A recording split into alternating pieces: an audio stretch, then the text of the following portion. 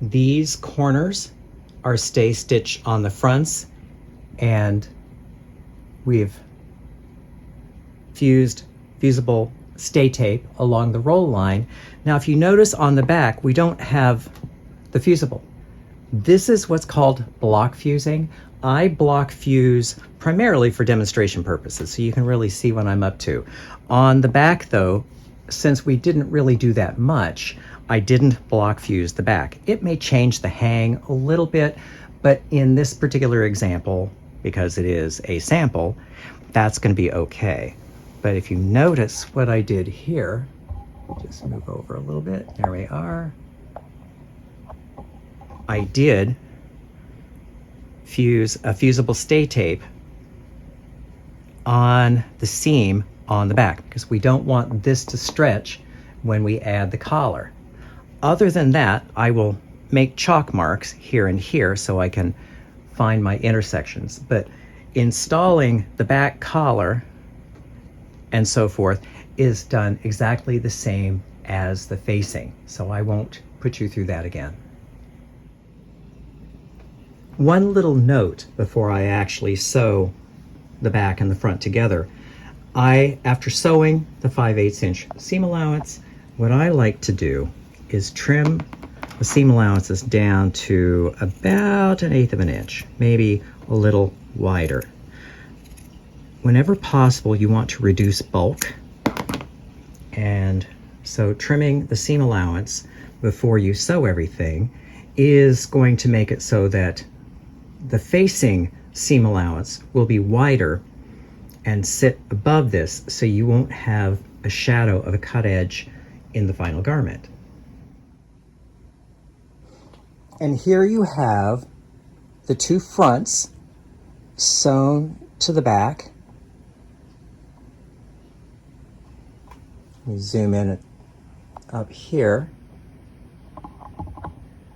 So as you can see here, the narrow seam allowance that I talked about earlier, I've clipped the curves so this opens up, that flattens out nicely, everything is pressed.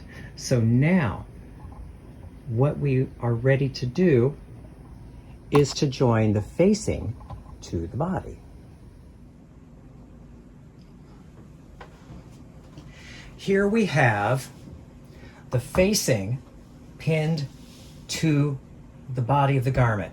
Now what I like to do is I like to have the facing underneath when I'm pinning, and we pin all the way around.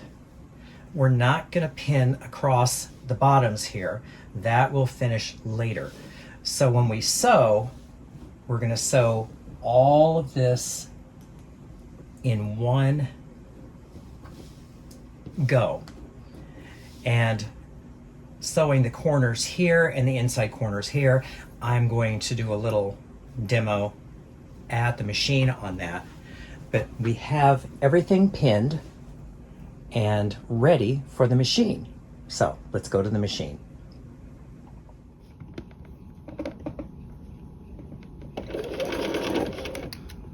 So here we are at the machine. I've sewn one half of this already. We're at the center back seam on the collar.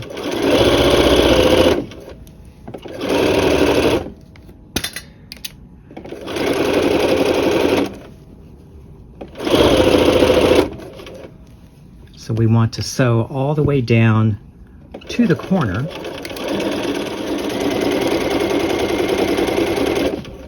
So now we're approaching the corner, and this is where you're going to be really glad that you have these stitching lines marked. That way both sides will be symmetrical in the final product.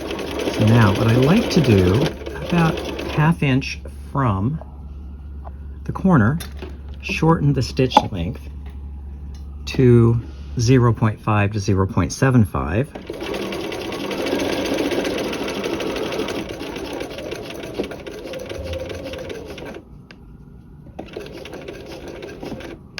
And then turn, walk it 1 stitch, and then turn again.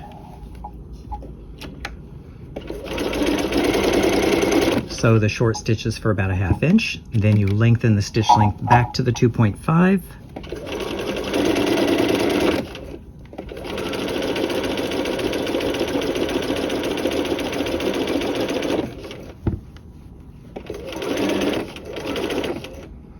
And as you approach the corner, again, you shorten the stitch length to 0.5 to 0.75.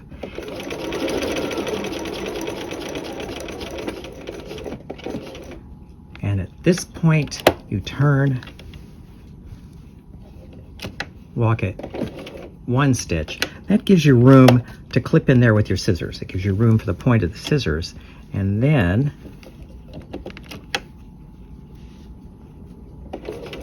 short stitches again for about a 1/2 inch. Lengthen the stitch back to 2.5.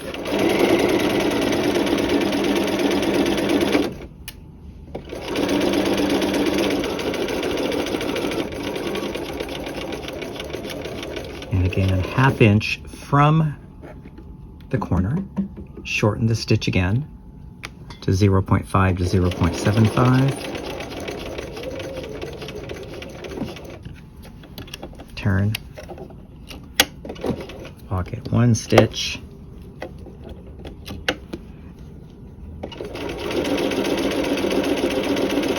sew again for another 1/2 inch, then you lengthen the stitch back to 2.5 to sew to the end.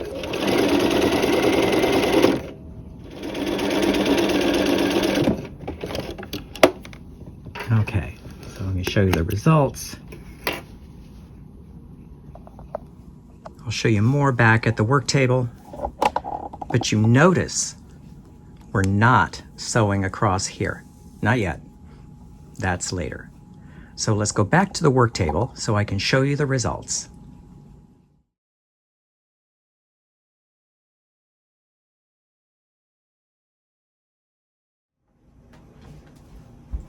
So here we have the facing sewn to the body. And as you can see, we've sewn all the way down. I sewed this all in one pass, but notice we're not sewing across the bottom. That will come later. Now we need to press. First, you press the seam as sewn. Next, we use the point presser and we press the seam allowances open. Now, pressing the seam allowances open on the point presser is going to make work much easier when you want to get sharp corners.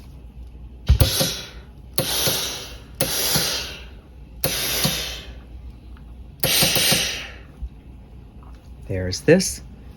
So then here, just going to zoom in here, we want to cut into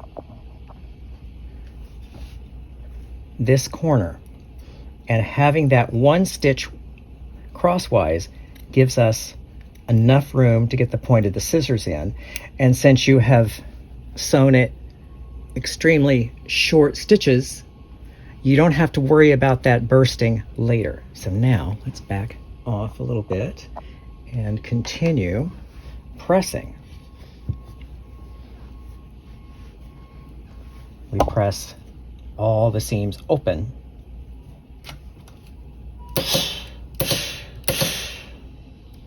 Like so. And turn the presser back this way. Now you notice I have not clipped the corners yet. That makes it easier to press everything flat right up to the corner. We can trim those corners later.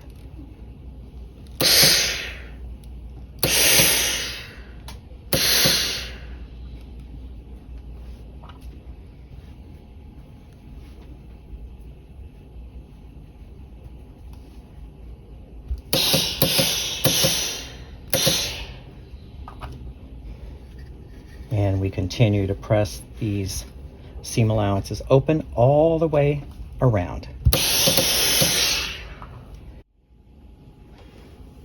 Pressing from here to here, where the collar edge is, you can use the seam roll as opposed to the point presser. It achieves the same thing. Our next step is trimming. So you want to cut that on an angle. Let me just zero in for the other one. And see, the beauty of the short stitches, again, you can get that, you can trim that to about 1 millimeter from those stitches. So you're going to remove a lot of the bulk. So that's what it's going to look like. And then we want to grade the seam allowances. So the seam allowances, you trim the body seam allowances, not the facing. The facing is over here.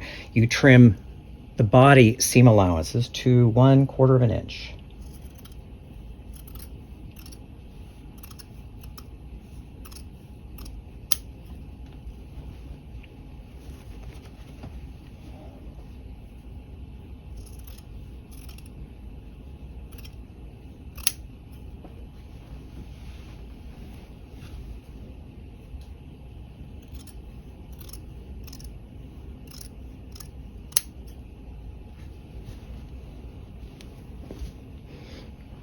Then you continue trimming the seam allowances all the way around to the other side, and you will duplicate what you did on this side.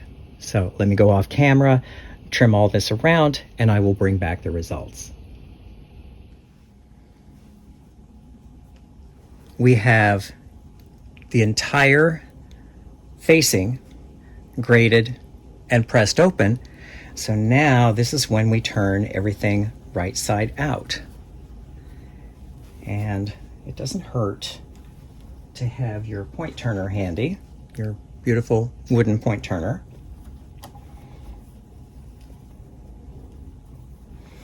I like to turn the corners first and give them a push. We can crisp them up when we're pressing, but turning everything right side out is the first order of business. So this side is turned right side out. We'll flip this all over. And then again, work over to this end and turn.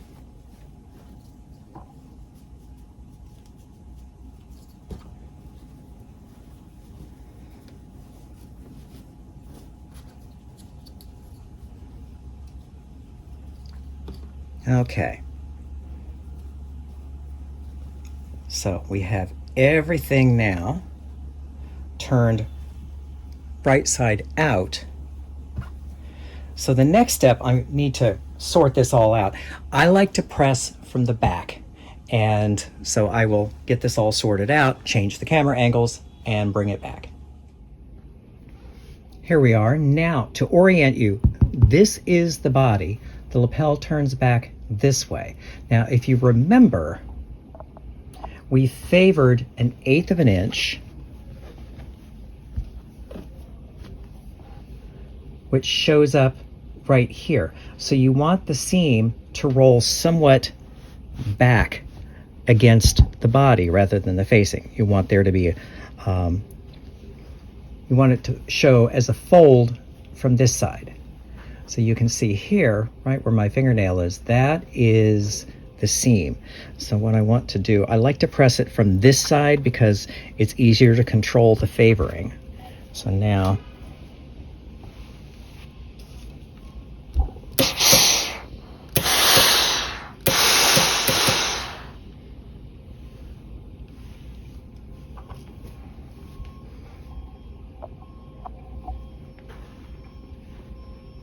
So you can see the seam favors towards the body. Now,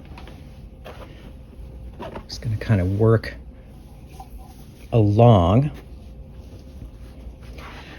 You also want to make sure that everything is nice and flat. And so I'm going to press there, and then I'll come back and press this. So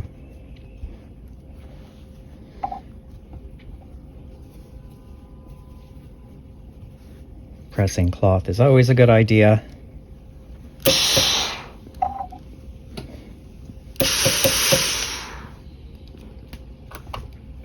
So then we check. Yeah, that's rolled. And then I'll go back to press this. So I'm going to do it in a couple of stages. I'm going to press one of these legs of the notch.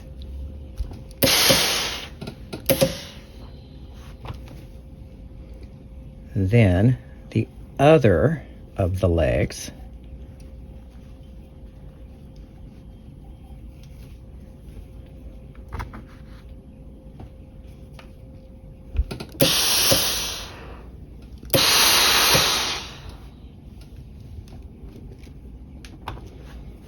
And then finally, this is a trick I've shown before, but it bears repeating because it's a really nice trick.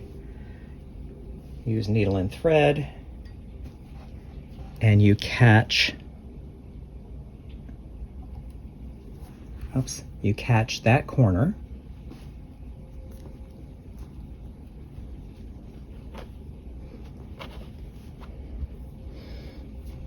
And I'm just going to put the iron on it because this is a sample. So you give it a good pull. And that crisps up your corner. So to show you again, because this is so much fun. Up.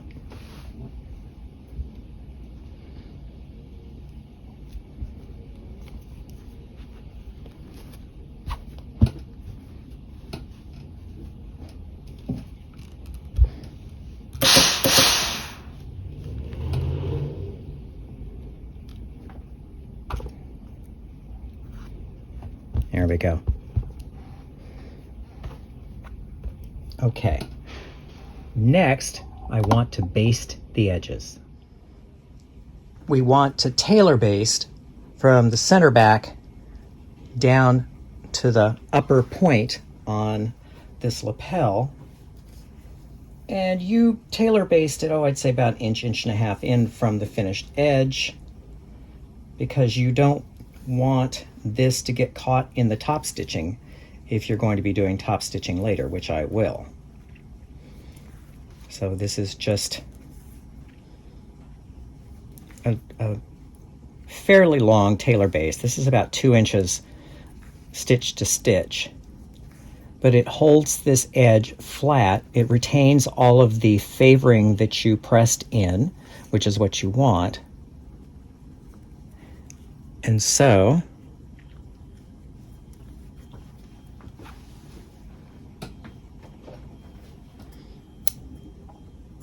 here we are.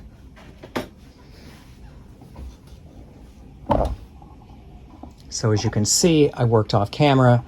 I have tailor basted both edges. Now we can go back to the work table to continue. We're back at the work table, and as you can see, this is the upper part of the lapel. You can see the facing, you can see the basically the undercollar and the neck seam. So what I like to do next, before I go any further, I want to secure from shoulder seam to shoulder seam here. And so what we want to do, we want to fold this back because we want to build in, turn a cloth. So then, there we go. You lift this up, and you want to find the center back. There we are. Center back seam. We match the center back seam here. And so the two centers are matched. So what I like to do is first pin. Centers are matched, and both seam allowances are kept open. So what we're going to do here is we're going to match the two stitching lines, one on top of the other, to each end. So I will pin one, and so yeah, you're aiming to match this corner with this corner. So you have them match. What you might find is that the one is a little longer than the other. You make them both match, because this will then have the collar shape properly. And so I've pinned everything in place. So now with needle and thread, now this is permanent stitching. This is not a basting stitch. I'm using the white stitches or the white thread because I can. And so you start here, stitch in place once or twice,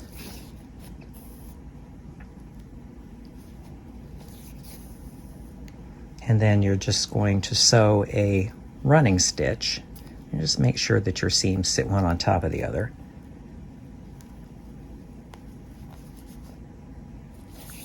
And if you remember, in the pattern making, we added the turn of cloth. That's why both of these seams will actually land right where you want them to, because you built in the extra turn of cloth on the facing.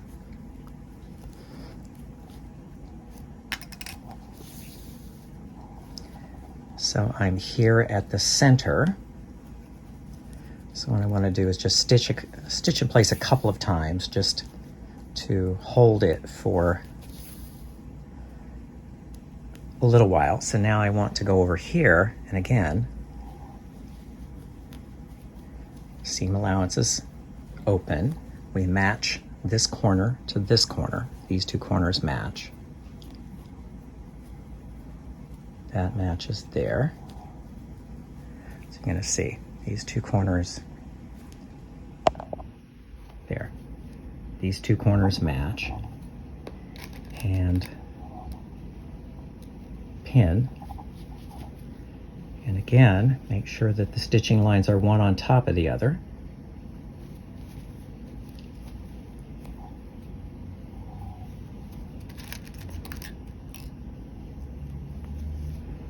And then what you can do here is continue the running stitch all the way across. Now you notice the running stitch sews about 1/8 of an inch from the stitching line. That's okay. You just want these held together. So what this will do is it will build and ensure the turn of cloth of this collar over time, and it won't cause you any problems later.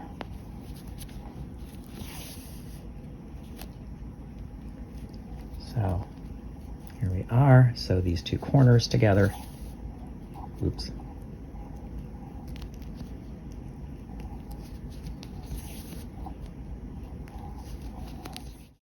Our next step is sewing the pocket on the facing.